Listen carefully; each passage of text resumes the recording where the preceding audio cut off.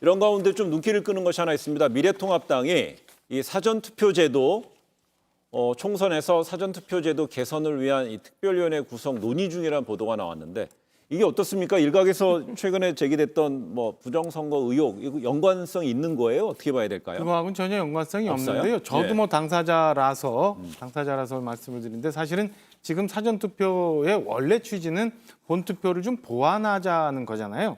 근데 이번 총선 의미를 이렇게 보면은 사전투표가 오히려 본투표에 가까울 정도의 표심에 영향을 미쳤어요. 결과에. 근데 그 원래 투표를 하게 되면은 투표 당일날 투표를 하는 게 맞고 이때까지의 국민의 표심이 반영되는 게 맞는데 네. 사전투표가 한 5, 6일 전에 앞서서 상당히 30% 가까운 투표를 가지고 사전투표가 이루어지다 보니까 원래 한 5, 6일 이후에 있어야 될 표심이 좀 왜곡된다. 예. 이런 얘기들이 있어서 아마 미래통합당에서는 그 부분에 대해서 좀 검토를 하고자 하고 사실은 투표를 높이고자 하면은 본투표 기간을 좀 늘리거나 시간을 늘리거나 이렇게 맞지 사전투표를 지금 이틀이나 줘서 주말을 껴서 한다는 거는 조금 문제가 있다라는 게 현장에서 뛰어본 저도 그렇게 느꼈으니까요. 아니 뭐 현장에선 네. 저도 뛰어봤기 때문에 그제 최민희 할 때도 사전투표 있었어요? 사전투표 있었죠. 투표율이 이렇게 그래요? 높지는 않았잖아요. 결과적으로. 2016년이에요. 근데 요번에 되게 높았다는 거고요. 네, 예. 이번에 높은 건 코로나19로 인한 그런 것이고 요인도 있고. 그런 접근은 되게 조금 위험할 수 있습니다. 왜냐하면 투표율은 사전투표건 본투표건 다 높아야 돼요. 예, 투표는 정말 거의 유일하게 국민이 그 정치에 적극적으로 관여할 수 있는 거기 때문에 그 투표율이 높은 거를 문제 삼는 건 저는 유권자에 대한 도리가 아니라고 보고 그다음에 아까 말씀하셨는데 거의 비슷하지 않았습니다. 사전 투표율이 26.7%였고요. 최종 투표율이 66%였기 때문에 네. 그러니까 본 투표가 40% 정도 된 거죠.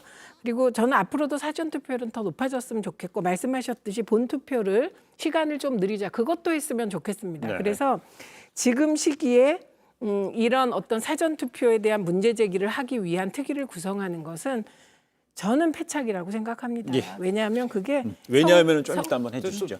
박정호 지적할 대변인 뭐 부분이- 이렇게 한 거 뭐예요? 친해서 이렇게 한 거. 아니 그건 아니고요. 이제 투표율이 높아지는 거는 원론적으로 높아져야 되는 건 당연히 맞아요. 네. 그런데 이 투표라는 게 어느 시점에 정해져 있는 시점이 있고 그때 당시에 국민들의 표심이 최대 반영되는 게 맞는데 네. 지금은 사전 투표라는 게 사실은 그 투표를 높이기 위해서 보완적인 용도로 지금 만들어지고 고안이 됐잖아요. 당일날 투표를 못 하시는 분이거나 아니면 현장에 없어서 뭐 타지에 가 있는 분들이거나 이렇게 되는 건데 오히려 지금은 시간이 지남에 따라서 본 투표보다 오히려 사전 투표가 더 그 표심을 결과에 영향을 미치는 근데 그게 상황이 이제 뭐- 온다면 이거에 대해서는 조정하고 검토해볼 필요는 있다. 비율의 문제는 라는 생각이 아닐 수 있을 것 같고요. 그러니까 이 투표제도라는 게 만약에 하자가 있다면 문제가 있다면 그것은 계속 보완해가면서 좋은 제도를 만들어가는 건 좀 필요하다고 생각합니다. 그래서 예를 들면 이제 뭐 이 선거 운동 기간의 어떤 차이라든가 그래서 뭐 본투표를 하는 사람들은 며칠 더 선거 운동을 지켜본 이런 좀 이득을 얻는 것이고 사전투표를 하는 사람들은 그 기간이 짧아서 예. 뭐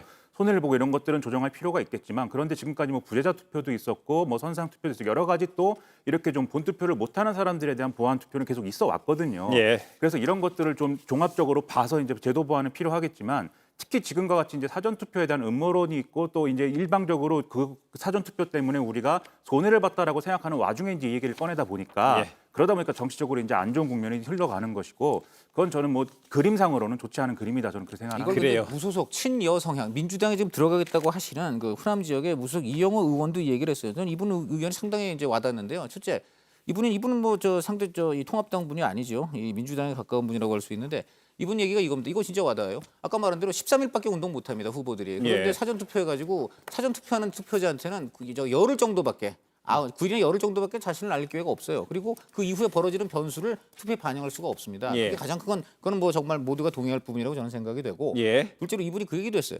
그러니까는 이거를 마치 그 사전 투표에다가 말이지 뭐 산악회니 무슨 모임을 빙자해 가지고 지금 동원 투표를 한 정황이 상당히 많다고 이분이 우려를 했습니다. 예. 그래서 저는 이 모든 걸 감안할 때 가장 좋은 그래요. 방법은 투표율을 네. 많이 늘리는 거예요. 그냥 아예 늘려가지고 아니, 가는 게 요거 제일 하나- 나아요. 예, 짧게 좀 얘기해 주시고요. 그거 만약에 누군가 사전 투표하라고 강제했으면 그 말 맞아요. 그런데 사전 투표 하시는 분은 미리 결정이 된 분들이 하는 거예요. 그렇기 때문에 나머지 하루 이틀을 뭐 한 3일을 더 본다고 이분들 마음이 바뀌지 않아요. 그러니까 무슨 얘기를 하는 거냐면 강제된 게 아니에요.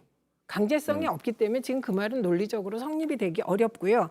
그다음에 이용호 의원은 국민의당이세요. 안철수 대표를 지금은 지지했던 무소속이고요. 예, 네. 무소속인데 민주당하고 가깝지 않아요. 아, 그 이분은 해석을 좀 애초에 다른 시작을 거예요. 그렇다고 치고. 애초에 그래요. 시작을 민주당에서 한 적도 없어요. 그리고 민주당에서 안 받겠다고 분명히 뜻을 밝혔다는 점 그래요. 사실 확인 차원에서 말씀드리고 제가 해야 될 걸 대신해 그래, 주셔서 저는 이건 감사합니다. 굉장히 중요한 얘기인데 사전 투표라는 제도가 있는 거 하고요. 그다음에 실제로 아까 말한 대로 그 후보가 최대한 많은 유권자에게 제대로 뜻을 전달하는 건 다른 카테고리입니다. 그걸 가지고서는 그래요. 확신된 분들이니까 미리 한다는 확신한 강제성이 없는 네, 거예요. 박정화 대변인이 강제성이 아니라 이번에 기회를- 직접 그 가장 최근에 경기를 뛴 정치인에게 기회를 줘야 된다는 박정화 말씀이에요. 대변인 저는 한번 선거제도에 짧게. 관한 예. 선거제도에 관한 정당의 이해나 이득을 따져서는 안 되고 국민들의 표심이 정말 얼마나 옳게 반영될 수 있느냐에 대해서 여야 구분 없이 고심해야 되는데 이 점에 대해서는 고심할 대목이 좀 분명히 있다.